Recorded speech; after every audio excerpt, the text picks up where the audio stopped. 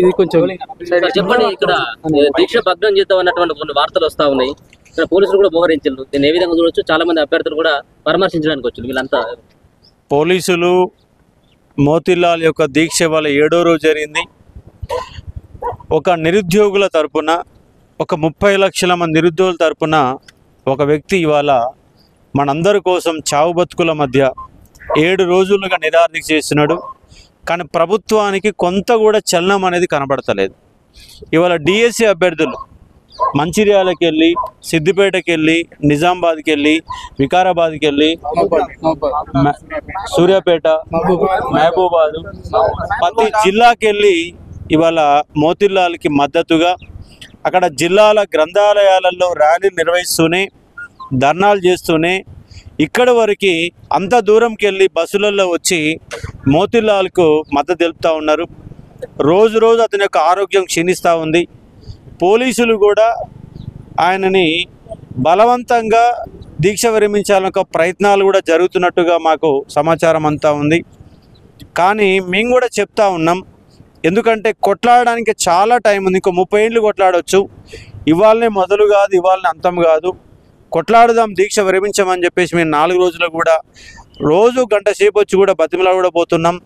కానీ ఈ యొక్క 30 లక్షల మంది నిరుద్యోగులకు న్యాయం చేసే వరకు నా దీక్ష విరమించను, ఇట్లాగే కొట్లాడుతా, నా ప్రాణం ఉన్నంత వరకు నేను దీక్ష చేస్తా అని చెప్పేసి ఆయన బలంగా, ఎంత బలంగా చెప్తున్నంటే నేను ఆశ్చర్యపోతా ఉన్నా. నేను కూడా గతంలో 5 రోజులు దీక్ష చేశాను, కానీ మనోడి యొక్క మానసిక స్థైర్యం ముందు నాకు తక్కువే అనిపిస్తూ ఉంది. ఇవాళ చాలా సీరియస్గా ఉంది. మాట్లాడడం కూడా కష్టంగా ఉంది.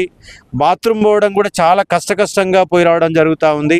కాబట్టి ప్రభుత్వం ఎమ్మటే స్పందించి డిఎస్సి వాళ్లకు మెగా డిఎస్సి ప్రకటించి, మొన్ననే గందరగోళాల మధ్య టెట్టు పెట్టారు, పోస్టులు పెంచారు. కాబట్టి వాళ్ళకు ఒక 60 రోజుల పాటు టైం కేటాయించాలా.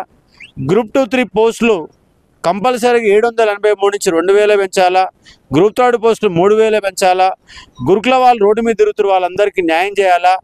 గ్రూప్ 1లో 3వసారి ఎగ్జామ్ రాసాం, గందరగోళ పరిస్థితి ఎగ్జామ్ రాసినాం, 1:100 ఇవ్వాలి. జీవో నెంబర్ 46 పరిష్కరించాలని ఒక ప్రధానమైన డిమాండ్లతో అతని దీక్ష ఇవాళ 7వ రోజు కొనసాగుతుంది. చూడండి, ఒకసారి వ్యూ మొత్తం ఒకసారి చూపెట్టండి. ఎందుకంటే ఇక్కడి నుంచి కాదు వచ్చింది, జిల్లాలకు వెళ్ళి తరలి వస్తూ ఉన్నారు. ఆయనకు మద్దతుగా మేము రేపు రాష్ట్ర వ్యాప్తంగా ఆందోళన లాంటి పిలుపునివ్వడానికి సిద్ధమవుతా ఉన్నాం. దీక్ష ఆర్ఎస్ ప్రవీణ్ సార్ కూడా ఉద్యమంలోకి ఎంటర్ అవుతూ ఉన్నాడు. రాష్ట్ర వ్యాప్తంగా దీక్షలు అనేవి కొనసాగడానికి, ముట్టడి చేయడానికి మేము సంసిద్ధులు అవుతూ ఉన్నాం. కానీ ప్రభుత్వం ఎమ్మటే స్పందించి, ఇది మహా ఉద్యమంగా మారకముందే, హైదరాబాద్ ముట్టడి జరగకముందే ప్రభుత్వం మంత్రివర్గ సమావేశం ఏర్పాటు చేసి ఈ నిరుద్యోగుల సమస్యలు ఏవైతే ఉన్నాయో వాటి మీద తక్షణమే నిర్ణయం తీసుకోవాలని చెప్తా ఉన్నాం. అలాగే పీపుల్స్ ప్రొటెక్షన్ పార్టీ సార్ కూడా ఇక్కడికి సదానంద రెడ్డి గారు కూడా మద్దతు తెలపడానికి మన దగ్గరకు వచ్చారు. రోజు రోజు మద్దతు తెలుపుతూ ఉంది. ప్రతిపక్ష పార్టీల వాళ్ళు వచ్చారు, బీజేపీ వాళ్ళు వచ్చారు, టీఆర్ఎస్ వాళ్ళు వచ్చారు. కాబట్టి ఇంత మొండిగా మేము ఇంత దౌర్భాగ్యమైన ప్రభుత్వాన్ని ఎన్నుకున్నామని ఎన్నడూ ఫీల్ కాల. ప్రభుత్వం మారితే మా జీవితాలు బాగుపడతాయేమో, పోస్టులు పెరుగుతాయేమో, న్యాయం జరుగుతుందేమో, ప్రజాస్వామ్య పరిరక్షణ జరుగుతుందేమో అనుకున్నా. కానీ దానికి విరుద్ధంగా ఈడ ఒక 40-50 మంది పోలీసులను పెట్టి లోపడి పోవడానికి కూడా ఇబ్బందులు పెట్టే ఒక ప్రయత్నం కూడా జరుగుతున్న సందర్భం. కాబట్టి ప్రభుత్వం తక్షణమే నిరుద్యోగులకు న్యాయం చేయాలి. లేకపోతే మహా ఉద్యమంగా మారితే మీ ప్రభుత్వాలు కూలిపోతాయి. గత ప్రభుత్వాన్ని కూలగొట్టి నిరుద్యోగులే.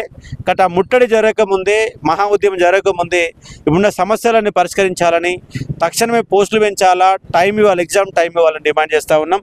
ఇక్కడ విద్యార్థి మిత్రులు కూడా మాట్లాడే ప్రయత్నం చేస్తారు. సార్, అంటే రేపు బంద్కు పిలుపునిస్తా ఉన్న సందర్భంలో ప్రతిపక్ష నేతలను కూడా, వాళ్ళకి సంబంధించినటువంటి నాయకులకు కూడా వాళ్ళకు మీరు కోరుతా ఉన్నారు, వాళ్ళ మద్దతు అందరి పార్టీల మద్దతు తీసుకుంటాం.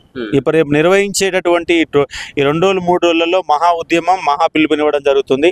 దాంట్లో భాగంగా అన్ని పార్టీలు, బీజేపీ వాళ్ళని, టీఆర్ఎస్ వాళ్ళని, బీజేవైఎం, ఏబీవీపీ, ఎస్ఎఫ్ఐ, డివైఎఫ్ఐ, అలాగే బీఎస్పీ, అంబేద్కర్ యువజన సంఘం, డిఎస్సి అభ్యర్థులు, గురుకులాలు, జీవో నెంబర్ 46 ఒక మహా ఉద్యమం జరగబోతుంది.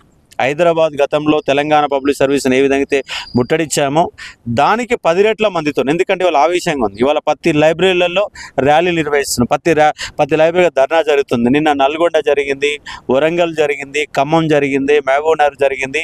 33 జిల్లాలు స్పందిస్తున్నాయి. అవసరమైతే రాష్ట్ర వ్యాప్తంగా లక్షల మందితో నిరాహార దీక్షలు కూడా మొదలు పెడతాం. దీనికి ప్రభుత్వం దిగి రావాల్సిందే, న్యాయం చేయాల్సిందే. ఇట్లనే మొండిగా ఉంటే మీ ఫలితాలు మీకు ఉంటాయి.